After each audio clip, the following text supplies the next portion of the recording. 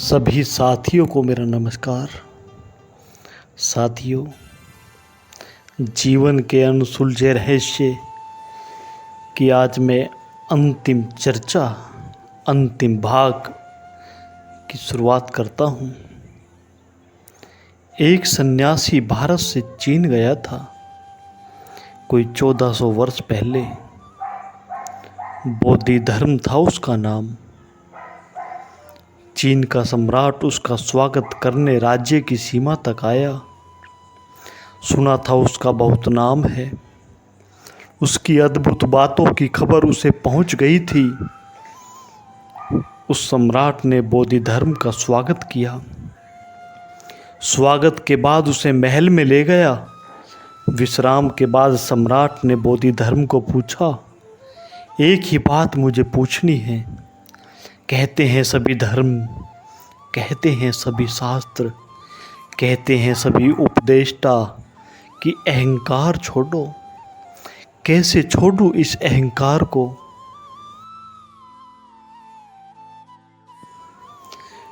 अहंकार को भरने की कोशिश करके देख ली। सारे चीन का मालिक हो गया हूँ, लेकिन पाता हूँ कि कुछ भी नहीं भरा। वहीं खाली का खाली हूँ। सोचता था पहले पूरे साम्राज्य को पालूंगा चीन के तो तृप्ति हो जाएगी, लेकिन तृप्ति नहीं हुई।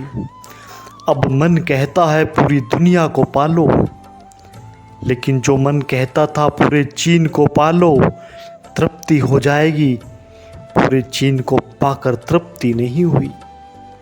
अब उस मन की कैसे मानूं? वह कहता है पूरी पृथ्वी को पालो। कैसे मानूं कि फिर तृप्ति हो जाएगी? रोज रोज धोखा खाया है। मन ने जो भी कहा वह यह पालो तृप्ति हो जाएगी वह पा लिया, और पाते ही पाया हाथ खाली के खाली। अब कैसे मानूं? अब क्या करूं? बूढ़ा हो गया हूं। अब दुनिया जीतने को जाऊं, लेकिन डर लगता है। इतना सब पाया और तृप्ति न हुई, और हर चीज के लिए मन ने कहा था कि तृप्ति हो जाएगी, तो अब आगे के लिए मैं कैसे मानूं? वह रास्ता दिखाई नहीं पड़ता। तो भिक्षुओं की शरण में जाता हूँ, सन्यासियों की शरण में जाता हूँ, उनसे पूछता हूँ। वे कहते हैं छोड़ो इसको, अहंकार छोड़ो। वे कह देते हैं समझ भी लेता हूँ, लेकिन कैसे छोड़ूं? कहाँ है यह जिसे मैं छोड़ूं? कहाँ फेंकूं इसे?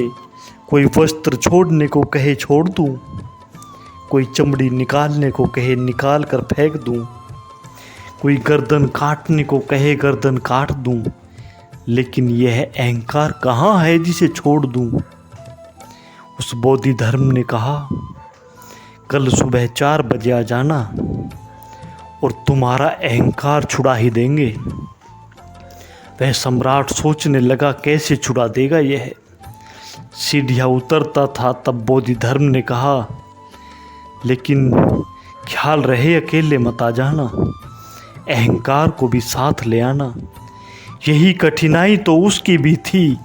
वह बात फिर खड़ी हो गई, कहाँ है यह अहंकार? रात भर जागता रहा, सोचता रहा, क्यों कहा है इस भिक्षु ने कि अकेले मत आना, अहंकार को भी साथ ले आना। सुबह 4 बजे आया। आते ही बोधि धर्म ने पूछा, आ गए, लेकिन अकेले मालूम पड़ते हो, कहाँ है वह अहंकार?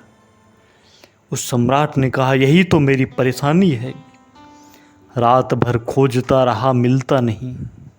बोधि धर्म ने कहा, बैठो मेरे सामने, आंख बंद करो और खोजो। एक भी कोना न रह जाए मन के भीतर, आपके मन के भीतर कॉर्नर न रह जाए जो खोजा रह जाए। खोज लो पूरे मन के कोने कोने में और कहीं न पाओ तो बात खत्म हो गई, फिर क्या छोड़ना है? हाँ, एक भी कोना अनजाना न रह जाए, अननोन न रह जाए, नहीं तो शक बना रहेगा कि शायद वहाँ बैठा हो। तो बैठा और जाओ भीतर, खोजो और खोजो। मैं डंडा लिए तुम्हारे सामने बैठा हूँ। मिल जाए तो खबर कर देना, वहीं उसकी हत्या कर दूंगा। उस अंधेरी रात, उस सुबह की पहाड़ी झील पर अकेला वह राजा उस पागल बोधि धर्म के सामने बैठ गया। डर तो उसे लगने लगा कि कहीं यह डंडा इस किस लिए हुए है और यह क्या करेगा। उसने आंखें भीतर बंद की। छोड़ दे उस राजा को, खुद अपने भीतर ही समझ लें। आप भी बैठ गए ऐसे, आंख बंद कर ली और मैं डंडा लिए आपके सामने बैठा हूँ और आप खोज रहे हैं भीतर इस अहंकार को कि यह कहाँ है। खोजें, जितना खोजेंगे उतना ही पाएंगे कि वह नहीं है।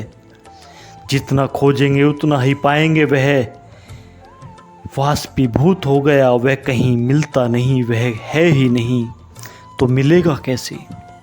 वह होता तो मिल सकता था। इस भीतर खोजने की जो प्रक्रिया है उसी का नाम ध्यान है। परमात्मा को नहीं खोजा जाता, परमात्मा की कोई खोज नहीं हो सकती। खोजा जाता है अहंकार को।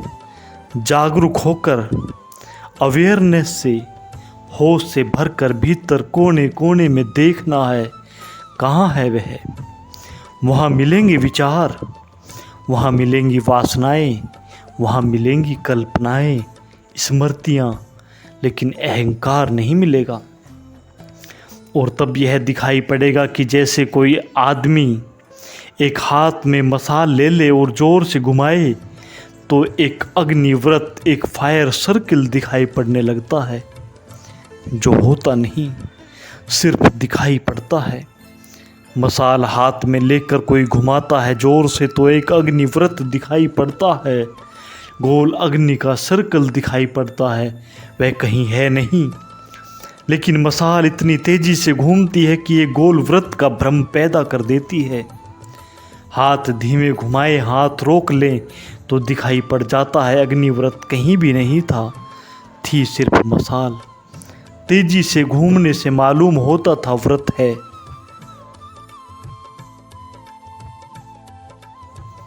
मन के भीतर विचार, कल्पनाएं, कामनाएं, इच्छाएं इतनी तेजी से घूमती हैं, इतनी तेजी से घूमती हैं कि उनके तेजी के घूमने की वजह से एक सर्किल मालूम पड़ता है और वह सर्किल ही मालूम पड़ता है मैं अहंकार।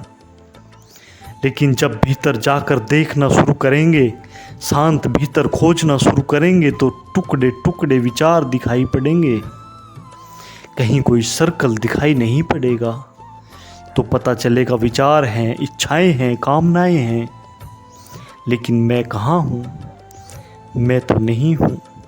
और बड़े मज़े की बात है, बहुत गहरे अर्थ की, कि जैसे ही यह दिखाई पड़ जाए कि मैं नहीं हूँ, केंद्र टूट गया, केंद्र बिखर गया, बदले की भांति धुआं फैल गया। जीवन जिस पर हम चलाते थे, बांधते थे, वह बिखर गया। तब उस बिखरे हुए धुएं के नीचे ही वह भूमि मिल गई जो आत्मा की है। इस धुएं में जब तक जो घिरा है, वह झूठे व्रत में जब तक जो बंधा है, नीचे आँख नहीं जाती, नीचे दृष्टि नहीं जाती। यह उखड़ जाए, अगर विलीन हो जाए तो यह दिखाई पड़ जाए कि मैं तो नहीं हूँ। तब इतनी गहन शांति उत्पन्न होती है, इतनी टोटल साइलेंस, क्योंकि सारा उपद्रव, सारी अशांति में ही वह दिखाई पड़ जाए कि मैं नहीं हूँ, तो एकदम सब शांत हो जाता है भीतर, सब मौन, सब चुप। उस मौन में, उस चुप्पी में, उस शांति में, उस साइलेंस में उसका अनुभव होना शुरू होता है। जो अज्ञात है, अननोन है, वही परमात्मा है। उस शांति में ही वह जाना और पहचाना जाता है। अहंकार अशांति है, अहंकार अज्ञान है। नहीं है जहाँ अहंकार, वहाँ वह है जो वस्तुतः है। तो न तो छोड़ना, न भरना, न बनाना, न मिटाना, बल्कि जानना। धर्म है जानना, ज्ञान चेतना। जितनी तीव्र रूप से मेरी कॉन्शनेस, मेरी अवेयरनेस, मेरी चेतना जागती है और खोज करती है, जितने जोर से मैं बोध के दिए को लेकर मैं भीतर जाता हूँ और खोजता हूँ, उतना ही नहीं पाया जाता। वह जो मेरी पीड़ा थी, जो मेरा बंधन था, जो मेरी दीवार थी। एक अंतिम छोटी सी बात से मैं चर्चा पूरी करना चाहूँगा। गिर जाती है जहाँ यह दीवार, वहीं हम सब जुड़ जाते हैं। गिर जाता है जहाँ यह भ्रम मेरे अलग और पृथक होने का, वहीं सागर में बूंद का मिलन है, वही व्यक्ति में समष्टि का मिलन है। एक छोटी सी कहानी कहूँ अंत में। एक सम्राट का जन्मदिन था और उसने अपने राज्य के 100 बड़े ब्राह्मणों को आमंत्रित किया, उन्हें भोजन कराया, उनकी सेवा की और पीछे उसने घोषणा की कि उन ब्राह्मणों को मैं कुछ दान देना चाहता हूँ, लेकिन मैं अपनी मर्जी से दान दूंगा तो छोटा होगा, इसलिए तुम्हारे ऊपर छोड़ देता हूँ। राजधानी के बाहर झील के पार मेरा जो बहुत बड़ा उपवन है, श्रेष्ठतम भूमि है, उस उपवन की इस पूरे राज्य में मैं तुमसे कहता हूँ, तुम जाओ और उस ज़मीन में जितनी ज़मीन तुम्हें घेरना हो घेर लो। जितनी ज़मीन घेर लेगा वह उसकी हो जाएगी। जो जितनी बड़ी ज़मीन पर दीवार बना लेगा और घेरा बना लेगा वह उसकी हो जाएगी। जितनी पर बना लेगा, कोई मेरी तरफ से सीमा नहीं। जितनी तुम्हारी सामर्थ्य हो सीमा बनाने की, तुम बना लो। और अंत में उसने यह कहा कर पागलपन बढ़ा दिया उन ब्राह्मणों का। उसने कहा, और जो सबसे ज़्यादा ज़मीन घेर लेगा उसे मैं राजगुरु के पद पर भी बिठा दूंगा। ब्राह्मण पागल हो गए थे। वे भागे और उन्होंने अपने मकान, ज़मीन, जायदाद जो कुछ था सब बेच दिया। सारी संपत्ति इकट्ठी करके मित्रों से जो उधार ले सकते थे लेकर, क्योंकि यह मौका हमेशा के लिए चूक जाने वाला था। मुफ्त ज़मीन मिलती थी सिर्फ घेरने के मूल्य पर। जितनी बड़ी दीवार बना लेंगे, वह ज़मीन को घेर लेंगे, वह उनकी हो जाएगी। पागल हो गए थे वे। बहुमूल्य ज़मीन थी और मुफ्त मिलती थी। उन सबको 6 महीने का वक्त मिला था ज़मीन घेरने के लिए। उन्होंने अपने कपड़े लत्ते तक बेचकर एक एक लंगोटी रख ली। एक दफ़ा ज़मीन मिल जाए फिर उसको बेचकर तो करोड़ों रुपए मिल सकते हैं। उन्होंने ज़मीन पर बड़े बड़े घेरे बना लिए, बड़ी बड़ी दीवारें, बड़ी बड़ी बाउंड्रियाँ की। जिसकी जितनी पहुँच थी उतना पैसा ले आया।